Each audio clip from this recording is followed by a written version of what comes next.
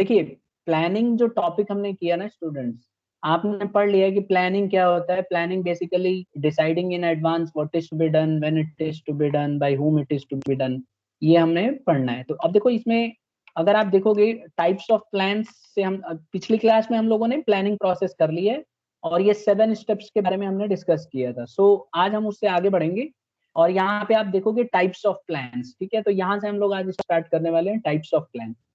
देखो बेटा दो तरह के प्लान होते हैं, एक होता है सिंगल यूज प्लान और एक होता है बेटा स्टैंडिंग प्लान। देखिए दोनों में फर्क क्या है। अगर आप देखोगे सिंगल यूज प्लान तो म्यूट कर लो बेटा, म्यूट कीजिए सर सभी।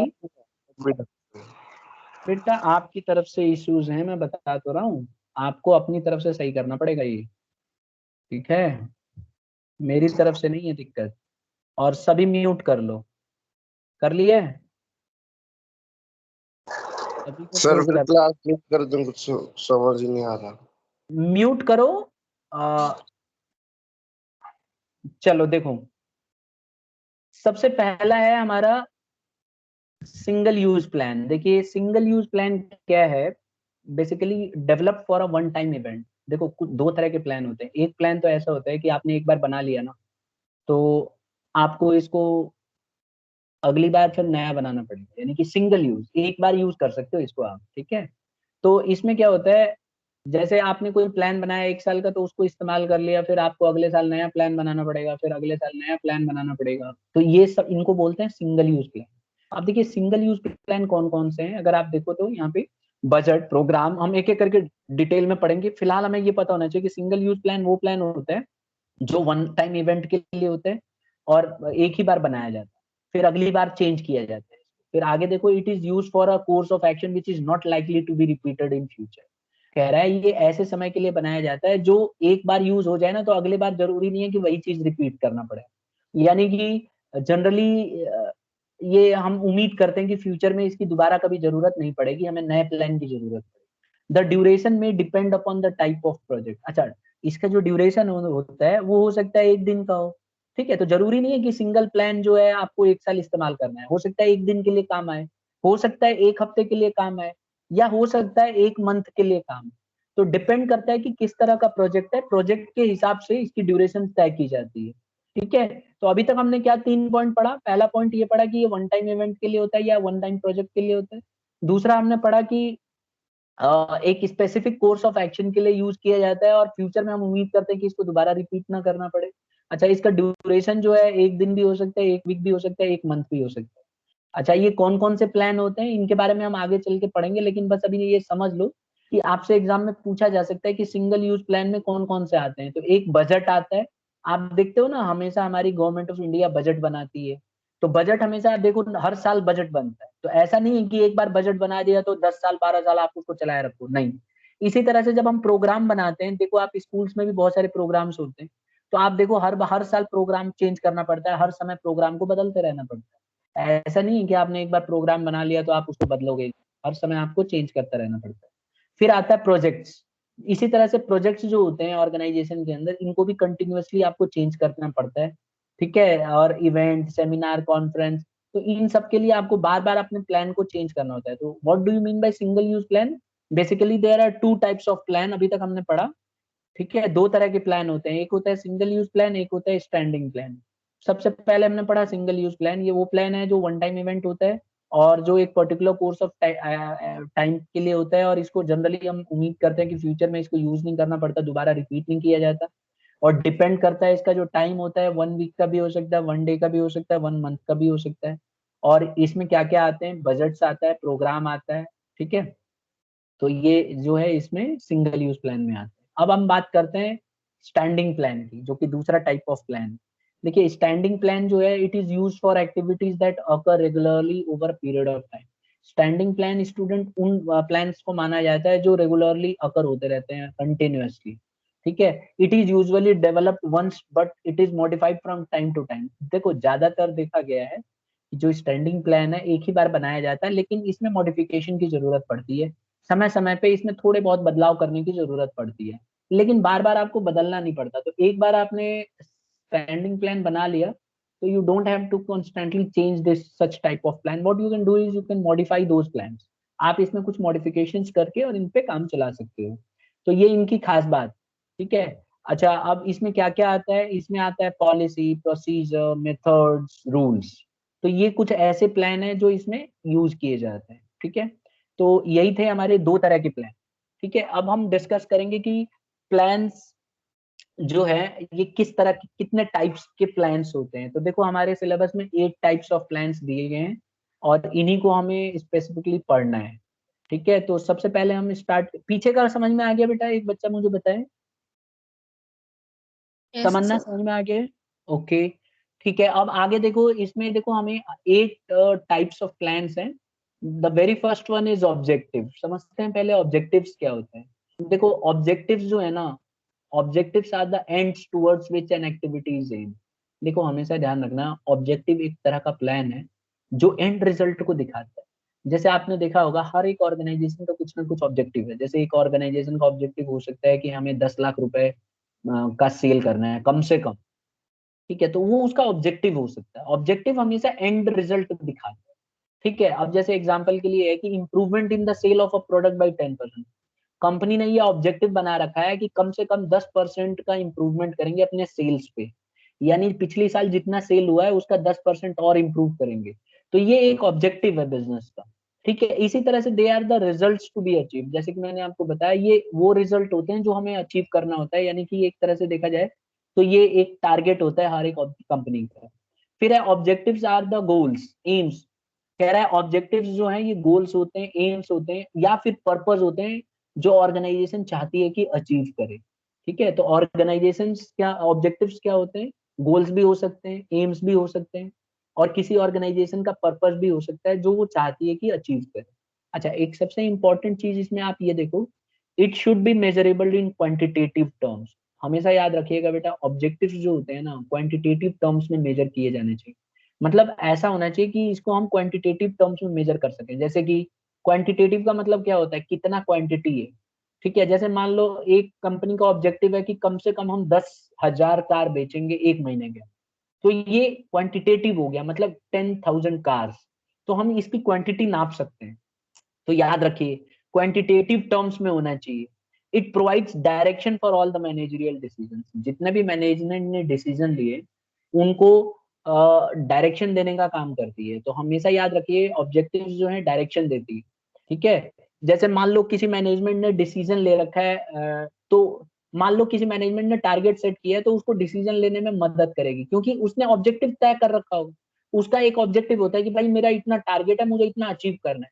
तो उसको एक डायरेक्शन देने का काम करता है ऑब्जेक्टिव। यानी कि ये एक ऐसा टाइप ऑफ प्लान है जो मैनेजर को डायरेक्शन देते हैं कि आपको ये चीज करना है और ये चीज अचीव करना ही है तो करना ही है, ठीक है। तो आपसे क्वेश्चन में ऐसे ही पूछ सकता है, बोल देगा कि एक कंपनी है उसने टारगेट किया था कि उसको 15% जो है अपने प्रॉफिट को बढ़ाना है, तो सीधा सीधा है ऑब्जेक्टिव है, क्योंकि उसने टारगेट सेट कर रखा है, एंड रिजल्ट सेट कर रखा है। तो ये ऐसे आप आइडेंटिफाई करोगे एग्जाम में, ठीक है। किसी बच्चे को कुछ पूछना है इसमें से? क्लास, वो सर। ठीक है। अब दूसरा आता है बेटा स्ट्रैटेजी। देखो दूसरे टाइप ऑफ प्लान है स्ट्रैटेजी। देखो हमेशा याद रखना स्ट्रैटेजी जो है एक कॉम्प्रिहेंसिव प्लान है। तो इसको अंडरलाइन कर लेना नोट्स में, जब आप बनाना ना नोट्स, तो ये वाला टॉपिक में ना बड़ा क्वेश्चन घुमा फिरा के पूछता है एग्जामिनर। तो इसीलिए ये जो टर्म्स देख रहे हो ना, मैंने कोशिश की है कि इसमें टर्म्स ज्यादातर ऐड कर दी जिससे कि आपको दिक्कत ना हो। तो नोट्स बनाते समय भी आपको ध्यान रखना है। जैसे कम्प्रिहेंसिव, कम्प्रिहेंस स्ट्रैटेजी जो क्या है, ये कम्प्रिहेंसिव प्लान माना जाता है। कम्प्रिहेंसिव का मतलब है बहुत ही ज्यादा, आप देखोगे कम्प्रिहेंसिव तरीके से इसको एक्सप्लेन किया गया होता है। फॉर अचीविंग या accomplishing an organisational objectives by considering business environment. तो बिजनेस एनवायरनमेंट को ध्यान में रख के इसको बनाया जाता है। दूसरी चीज ये भी ध्यान रखना कि स्ट्रैटेजी जो है हमेशा अपने कंपेटिटर को मतलब चैलेंज करने के लिए किया जाता है। जैसे आपको पता ही है कि हर एक बिजनेस ऑर्गेनाइजेशन का कंपेटिटर होता है, तो अपने कंपेटिटर को हराने के उद्देश्य से ये करती है। तो जैसे आप देखोगे political environment, social environment, legal environment हमने पीछे पढ़ा हुआ है बिजनेस एनवायरनमेंट वाले चैप्टर में। तो उसमें क्या होता है, जैसे आप देखोगे कई बार क्या होता है, दूसरी कंपनी आपको चैलेंज देती है या नए आइडिया के साथ आती है, तो आप भी स्ट्रेटेजी बनाते हो कि उसको कैसे हराऊं। तो उसी को स्ट्रेटेजी कहते हैं। तो इसीलिए मैंने यहाँ पे ये पॉइंट रखा है कि यहाँ पे क्या होता है कि इसमें बिजनेस एनवायरनमेंट को कंसिडर किया जाता है, यानी कि चेंजेस इन इकोनॉमिक, यानी कई बार क्या होता है इकोनॉमिक चेंजेस आने की वजह से हमें प्लान चेंज करना पड़ता है, सोशल एनवायरनमेंट की वजह से हमें कई बार डिसीजन बदलने पड़ते हैं, पॉलिटिकल एनवायरनमेंट सरकार के बदलने की वजह से आता है, ये सब हम पढ़ चुके हैं, लीगल एनवायरनमेंट कई बार कानून बदल जाता है तो उसके हिसाब से हमें डिसीजन लेने होते हैं। तो ये सबको देखते हुए हम कह सकते हैं कि ये स्ट्रेटजी है। जैसे मैं कह रहा हूँ, अगर आप देखो जियो और एयरटेल, ये दोनों पहले जो आप देखोगे जब भी आप रिचार्ज कराते थे तो पहले ये ऑप्शन देते थे कि आप जो है डिज्नी और हॉटस्टार जो है आप ऑफर देते थे कि 1 साल का आपको सब्सक्रिप्शन मिल जाएगा फ्री ऑफ कॉस्ट उसी के साथ। तो अब उसी को देखते हुए वोडाफोन ने भी इस महीने से ऐसा ही कर दिया है कि अगर आप रिचार्ज कराते हो तो आपको जो है अलग से फ्री ऑफ कॉस्ट वो प्रोवाइड कराएगी, थोड़ा सा चार्जेस लेके। तो देखा जाए तो ये स्ट्रेटजी है, मतलब वोडाफोन कंपनी की स्ट्रेटजी है एयरटेल को और जियो फोन को बैक करने के लिए, हराने के लिए। तो ऐसे होता है जब कोई कंपनी कुछ ऑफर लेके आती है, जैसे एग्जांपल के तौर पे देखो discount sale, scratch coupon, gift for customers. तो जब कोई कंपनी इस तरह का लेके आती है ऑफर, तो जनरली वो अपने कंपटीटर का ध्यान में रख के लाती है, क्योंकि उसका कंपटीटर भी ऐसा कर रहा होता है या कंपटीटर ऐसा सोच रहा होता है या उसको डर लगता है कि कंपटीटर बाजी ना मार जाए। तो इसलिए वो कई बार डिस्काउंट लेके आता है, ऑफर्स लेके आता है। आप देखोगे अमेजोन पे आप सामान खरीदते हो या फ्लिपकार्ट पे खरीदते हो तो वो लोग कई सारे ऑफर्स लेके आते हैं, आपको गिफ्ट प्रोवाइड करते हैं, कूपन्स देते हैं। तो वो जानबूझ के किया जाता है जिससे कि वो अपने जो कंपटीटर है उसको हरा सके। तो इसी को हम बोलते हैं स्ट्रैटेजी। हमेशा याद रखिएगा स्ट्रैटेजी के पीछे जो है कंपटीशन होना जरूरी है। अच्छा, इसका 3 सिद्धांत है, आप नोट कर लो नोटबुक में, अगर कर रहे हो तो नोटबुक में जरूर लिखना जब नोट्स बनाओगे। It includes 3 dimension. देखो ये 3 डायमेंशन लेके चलता है। एक तो हमेशा स्ट्रेटजी जो है लॉन्ग टर्म डायमेंशन को, लॉन्ग टर्म ऑब्जेक्टिव्स को लेके चलती है, ठीक है। और फिर दूसरा इसका जो है डायमेंशन ये होता है कि adopting particular course of action, मतलब ये एक पर्टिकुलर कोर्स ऑफ एक्शन लेती है, मतलब कोई भी चीज को हासिल करने के लिए एक एक्शन लेती है। और अब तीसरा ये है कि allocating resources necessary to achieve the objectives, ये रिसोर्सेज तय करती है कि कौन ऑब्जेक्टिव्स को अचीव करने के लिए कौन कौन से रिसोर्सेज का इस्तेमाल करना पड़ेगा। जनरली आप देखोगे ये अपने एडवर्टीजमेंट में बदलाव करते हैं, ठीक है, अपने प्राइसिंग पॉलिसी में बदलाव करते हैं। तो प्राइस जब भी आपको क्वेश्चन में पूछा जाए और बोलेगा, दोबारा बताना सर एक बार। जैसे मैं ये कह रहा हूँ बेटा कि जैसे क्वेश्चन पूछ रहा है कि एक कंपनी है उसने अपने प्राइस, उसका एक दूसरा कंपनी आईटी की कंपनी है और दूसरी कंपनी ने क्योंकि अपने गुड्स सामान के रेट कम कर रखे थे तो इसने भी अपने प्राइस के रेट, जो गुड्स के रेट है वो कम कर दिए। तो इसको बोलते हैं प्राइसिंग पॉलिसी, यानी कि आपने अपनी प्राइस को कम करने के लिए आपने भी दूसरे को देखा देखी आप भी अपने सामान का दाम घटा रहे हो। तो इसको हम बोलते हैं स्ट्रेटजी, आप स्ट्रेटजी अपना रहे हो, ठीक है। तो एडवर्टीजमेंट को लेके, मीडिया को लेके, डिस्ट्रीब्यूशन को लेके, जैसे सामान को एक जगह से दूसरी जगह पहुंचाना है, तो आप इन सब चीजों से रिलेटेड जब भी आप कोई फैसले लेते हो तो इसको हम बोलते हैं कि आप स्ट्रेटजी बना रहे हो, क्योंकि इसके पीछे आपका ऑब्जेक्टिव होता है, आपका जो कंपटीटर है आप उसको compete करना चाहते हो। तो जब भी कोई कंपटीटर को compete करना चाहे तो उसको हम बोलते हैं स्ट्रेटजी। M I clear? तो अभी तक हमने 2 टाइप ऑफ प्लान पढ़े। पहला हमने पढ़ा ऑब्जेक्टिव, जिसमें हमने पढ़ा कि ये एंड रिजल्ट को ध्यान में रख के बनाया जाता है, फिर ये रिजल्ट को अचीव करने के लिए बनाया जाता है, फिर हमने पढ़ा कि इसका और जो ऑब्जेक्टिव होता है वो गोल को, एम को अचीव करना होता है, और ये हमेशा मेजरेबल इन क्वांटिटेटिव टर्म्स है और ऑर्गेनाइजेशन को डायरेक्शन देता है मैनेजर को कि वो अचीव कर सके। दूसरा हमने पढ़ा स्ट्रेटजी।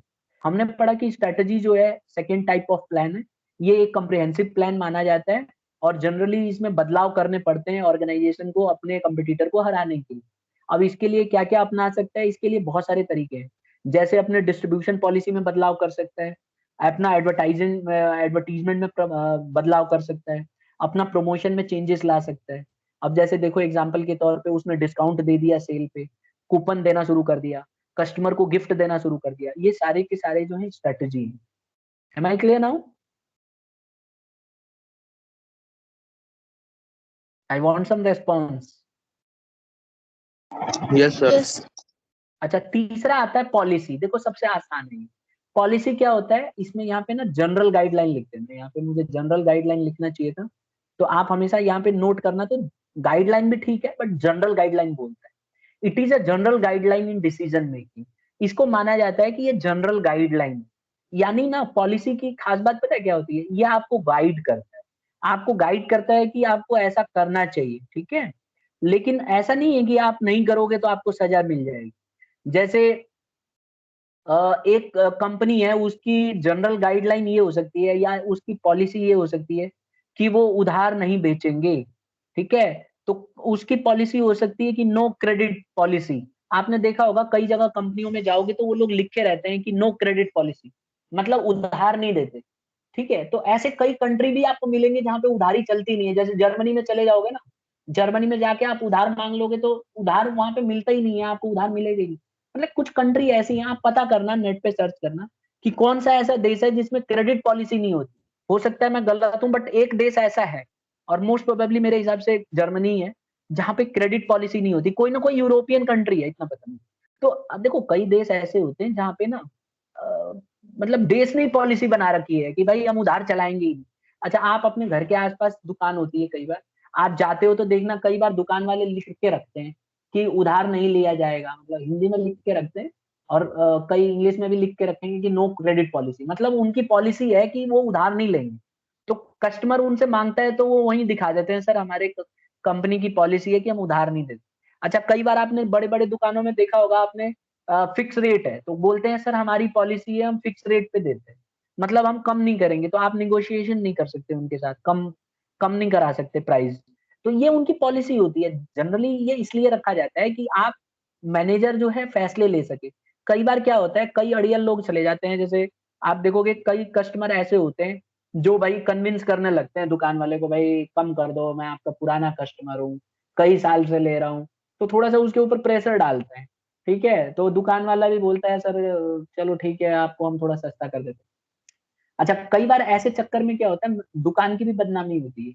कई बार कस्टमर को पता चलता है भाई उसका दूसरा दोस्त गया वहां पे सामान लेके आ गया, और ये औरतों में ज्यादा होता है, पर पूछेंगे भाई वहां दुकान से वो आके अपना कोई भी सामान लेके आएंगी तो अगल बगल में अड़ोसी पड़ोसी को दिखाना जरूरी है, भले कोरोना चल रहा हो जाएंगे जरूर दिखाने के लिए। तो मान के चलो कि वो गए, ले जाके पड़ोसी को दिखाया, उसने पूछा कौन सी दुकान से खरीदा, उसने बता दिया जी फलाना दुकान से खरीदा। अब वो भी वही वाला वहीं से लाया है वही ड्रेस। अब उसको टेंशन हो जाएगी, भाई ये तो मेरे को ठग दिया है दुकान वाले ने, मेरे से तो कम किया नहीं। तो ऐसे में क्या होता है, कई बार दुकान की रेपुटेशन खराब होती है। तो इस रेपुटेशन से बचने के लिए एक जनरल पॉलिसी बना देती है और दुकान वाले कि भाई हम लोग फिक्स्ड रेट पे देंगे। तो इससे उनका कस्टमर भी नाराज नहीं होता और उनको भी पता होता है कि हम इतना कमा लेंगे। तो पॉलिसी जो है एक ऐसा टाइप ऑफ प्लान है जो जनरल गाइडलाइन होती है और डिसीजन लेने में मदद करती है। तो इससे मैनेजर को भी सही रहता है। जब भी कोई कस्टमर बोलेगा भाई मेरा थोड़ा रेट कम कर दो, तो वो वहीं दिखा देंगे उंगली से, ये देख लीजिए सर हमारा फिक्स रेट की पॉलिसी है।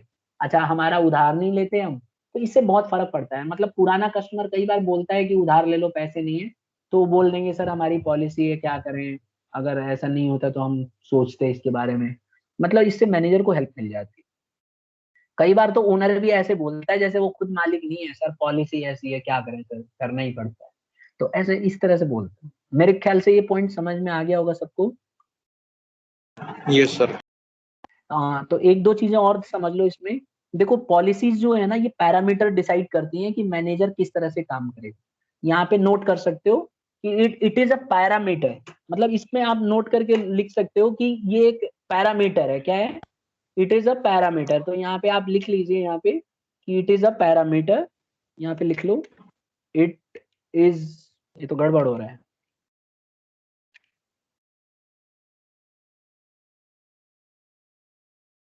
यहाँ पे नोट कर लेते हैं कि इट इज अ पैरामीटर। चलिए यहाँ पे आप, मैं बोल देता हूँ, आप नोट कर लेना, इसमें देखूंगा बाद में करेक्शन करूंगा। यहाँ पे आपको लिखना है कि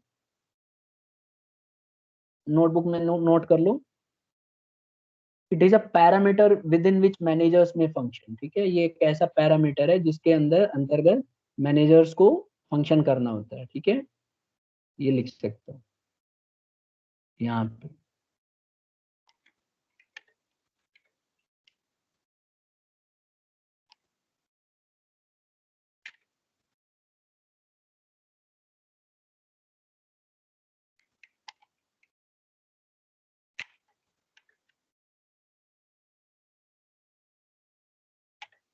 ये वाला पॉइंट आपको लिख लेना है।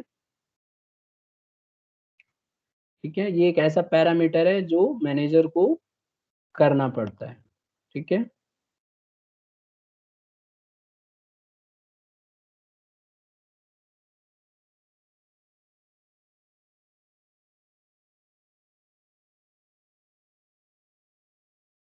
ये हो गया।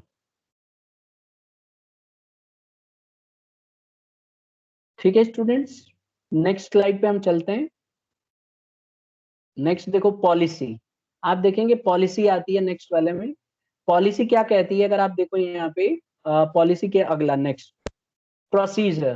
प्रोसीजर कह रहा है कि procedure is a chronological order और steps to be undertaken to enforce a policy. कह रहा है प्रोसीजर जो है ये क्रोनोलॉजिकल ऑर्डर में चलता है, यानी कि हमेशा प्रोसीजर की खास बात पता है क्या होती है, वन स्टेप एक के बाद एक के बाद एक ऐसे चलता है। तो आप देखेंगे जो प्रोसीजर है ये क्रोनोलॉजिकल ऑर्डर में होता है, स्टेप बाय स्टेप। जैसे मान लो आपने देखा कॉलेज में जब एडमिशन लेते हैं या स्कूल में भी एडमिशन लेते हो आप, तो एक प्रोसीजर फॉलो किया जाता है। प्रोसीजर क्या होता है, बड़ा इसको कहा जाता है कि प्रोसीजर जो है ये बहुत ही स्ट्रिक्टली फॉलो किया जाता है। ठीक है, और procedure generally selection of employee, employee का जब हम सिलेक्शन करते हैं तब, और हम जब प्रोग्रेस रिपोर्ट देखते हैं तब प्रोसीजर को फॉलो किया जाता है। तो अब जैसे मान लो एग्जाम्पल के तौर पे एम्प्लॉय का सिलेक्शन हो रहा है, तो वहां पे प्रोसीजर यूज किया जाता है। देखो एग्जाम्पल में भी मैंने यही रखा है कि to implement the policy of selecting the employ, the selection procedure में be develop consisting of inviting application. तो ऐसे में क्या होता है, एम्प्लॉय को सेलेक्ट करने पे क्या किया जाता है, हम ये टॉपिक बाद में करेंगे, हमारे स्टाफिंग वाले चैप्टर में ये आएगा, बड़ा डिटेल में है, बहुत बड़ा टॉपिक है। बस मैं आपको एग्जांपल समझाने के पॉइंट ऑफ व्यू से समझा देता हूँ कि यहाँ पे सबसे पहले जब आप किसी एम्प्लॉय को चुनते हो तो आप पहले एप्लीकेशन निकालते हो। आपके भाई बहन भी आपने देखा होगा एप्लीकेशन फॉर्म भरते हैं। जब एप्लीकेशन भर देते हैं तो उन जहाँ वैकेंसी होती है वो लोग उनको एक एग्जाम की डेट देते हैं और फिर उसके बाद उनका टेस्ट होता है। टेस्ट में जब वो पास कर लेते हैं तो फिर उनका इंटरव्यू होता है, और जब इंटरव्यू हो जाता है तो फिर उनका रेफरेंस लिया जाता है उनसे, और उसके बाद उनका मेडिकल चेकअप और ये सब करने के बाद ही कैंडिडेट को चुना जाता है। तो ये एक तरह से प्रोसीजर है। तो बिजनेस ऑर्गेनाइजेशन भी ऐसी प्रोसीजर बना के रखती है, और प्रोसीजर में क्या करती है, प्रोसीजर में एम्प्लॉयज का चुनाव करने के लिए उस प्रोसीजर को फॉलो किया जाता है। अब जैसे मान लो 5 एम्प्लॉई है, उनमें से बेस्ट एम्प्लॉई को ये देखो उठा लिया, इसको अपने कंपनी में जॉब दे दी और उसको सैलरी वैलरी फिट करके तय कर लिया। तो प्रोसीजर क्या है स्टूडेंट्स, प्रोसीजर एक ऐसा टाइप ऑफ प्लान है जिसके अंदर ये क्रोनोलॉजिकल ऑर्डर या स्टेप बाय स्टेप ऑर्डर को फॉलो किया जाता है। और ये एक ऐसी पॉलिसी है जिसके अंदर अगर आप देखोगे तो बहुत ही ज्यादा डिटेल एग्जैक्ट मैनर में लिया जाता है। तो ये डिटेल्ड स्टेटमेंट है, याद रखिएगा, नोट कर लो कहीं, ये क्या है, एक डिटेल्ड स्टेटमेंट है। तो ये एक टर्म्स जो है ना आपको नोट करके रखना है, इससे आपको बड़ी मदद मिलेगी आंसर देने के लिए। ठीक है, तो it is a detailed statement. आप यहाँ पे इस जगह यहाँ पे आप लिख सकते हो कि ये क्या है, डिटेल्ड स्टेटमेंट है। तो यहाँ पे आप लिख सकते हैं कि it is a detailed statement, इस तरह से। ठीक है, तो यहाँ पे आप इस तरह से इसको, ये एक डिटेल्ड स्टेटमेंट इसको माना जाता है। नेक्स्ट आप देखो यहाँ पे, नेक्स्ट वाला प्रोसीजर है रूल्स। अब देखो रूल्स की खास बात पता है क्या, rules are the guidelines for conducting an action. Rules जो है ना ये गाइडलाइन है जो कंडक्ट करते हैं एक्शन को। यानी इसमें क्या होता है बेटा, इसमें आपने देखा होगा अभी कोरोना चल रहा है तो गवर्नमेंट ने लॉकडाउन बनाया हुआ है, तो इसमें रूल्स बना रखे हैं ना। तो इसमें अगर कोई रूल को वायलेट करेगा तो उसको सजा मिलेगी। तो इसीलिए रूल्स और पॉलिसी में फर्क है। पॉलिसी को अगर आप तोड़ते हो तो आपको समझाया जाएगा कि बेटा ऐसा नहीं करना है, ये जैसे आपने देखा होगा आपने स्कूल की लाइब्रेरी में पॉलिसी है कि रूल है, ये बताओ। हमारे जो लाइब्रेरी है जब आप जाते हो तो वहां पे लिखा रहता है ना कीप साइलेंस। बताओ पॉलिसी है कि रूल है स्टूडेंट्स? Sir policy. पॉलिसी है, रूल क्यों नहीं है बेटा? सर वो समझाते हैं ना, क्योंकि अगर कि मत करो, शोर मत करो वहाँ पे लाइब्रेरी में, इसलिए। ठीक है, तो देखो लाइब्रेरी में जो होते हैं ना वो पॉलिसी होती है। देखा होगा आपने, वो लिखा रहता है कि प्लीज कीप क्वाइट, या आवाज मत करो, या इस तरह से कुछ एक स्टेटमेंट सा लिखा रहेगा। अच्छा, रूल्स की खास बात क्या है कि रूल्स जो है ना ये एक्शन मांगते हैं। जैसे मान लो वहां पे लिखा हुआ कीप साइलेंस, किसी बच्चे ने बोल दिया तो उसके ऊपर एक्शन होना चाहिए। तो उसको फिर वही है, फिर उसको प्रिंसिपल सर के पास ले जाएंगे और उसको फिर पनिशमेंट होगी, पेनल्टी लगेगी, उसके पेरेंट्स को बुलाया जाएगा, ऐसा तो होता नहीं है। तो इसीलिए हम कहेंगे कि ये रूल नहीं है। रूल की खास बात क्या होती है, ये भी गाइडलाइंस होती हैं, लेकिन अगर इसको कोई वायलेट करता है तो उसको सजा मिलती है। जैसे अभी आप देखो, अभी इस समय अगर कोई वायलेशन करेगा, मान लो कोई बड़े स्टाइल में बिना मास्क लगाए घूम रहा है द्वारका में या नजफगढ़ में, तो उसको पुलिस पकड़ेगी तो फाइन चलाएगी, लगाएगी उसके, क्योंकि ये रूल है। अच्छा, अगर ये पॉलिसी होती ना, तो पॉलिसी होती तो इसको कोई सजा नहीं होती। अब जैसे देखो अमेरिका में, अब अमेरिका में क्या कर दिया है, पॉलिसी बना दी है कि आप मास्क हटा सकते हो। तो पॉलिसी है, आप फॉलो करना चाहो तो कर लो, आपको सजा नहीं मिलेगी, ठीक है। तो पॉलिसी और रूल्स में फर्क होता है। पॉलिसी क्या होती है, आपको फॉलो करना चाहिए ऐसा कहती है, लेकिन अगर आप नहीं करते हो ना तो आपको समझाया जाएगा, लेकिन आपको सजा नहीं मिलेगी, ठीक है। तो देखो यही बताया रखा है कि रूल्स क्या करते हैं, ये स्पेसिफाई करते हैं कि what is to be done and what is not to be done. ये साफ साफ बताते हैं कि क्या आपको करना है और क्या आपको नहीं करना। दूसरी बात, दे आर नॉट फ्लेक्सिबल। देखो ये पॉइंट भी मैं लिख देता हूँ कि यहाँ पे ना कुछ कुछ पॉइंट्स आपको लिख लेना है नोटबुक उसमें बनाते समय, कि दे आर नॉट फ्लेक्सिबल। सबसे पहली खास बात क्या होती है कि आपको लिखना है कि they are not flexible, they are not flexible. ये कभी ना आप देखना इसमें फ्लेक्सिबल नहीं होते हैं भाई, ये कभी भी आपको फ्लेक्सिबल नहीं मिलेंगे, ठीक है। अब इसका एग्जांपल हो सकता है कि no smoking in office premises, ठीक है। जैसे यहाँ लिखा है office open at 10, smoking is prohibited inside. तो दे आर नॉट फ्लेक्सिबल, हम कह सकते हैं कि ये फ्लेक्सिबल नहीं है, ठीक है।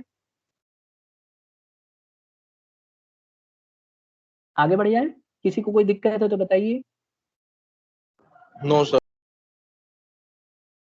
ठीक है, तो इस तरह से हम इसको करेंगे।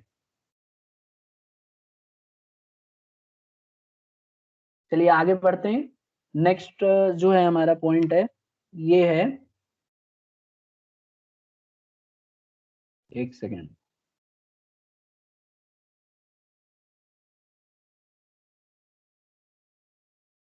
नेक्स्ट वाला देखो, मेथड्स। नेक्स्ट आता है मेथड। मेथड क्या होता है, method provide detailed and specific guidance for day to day action.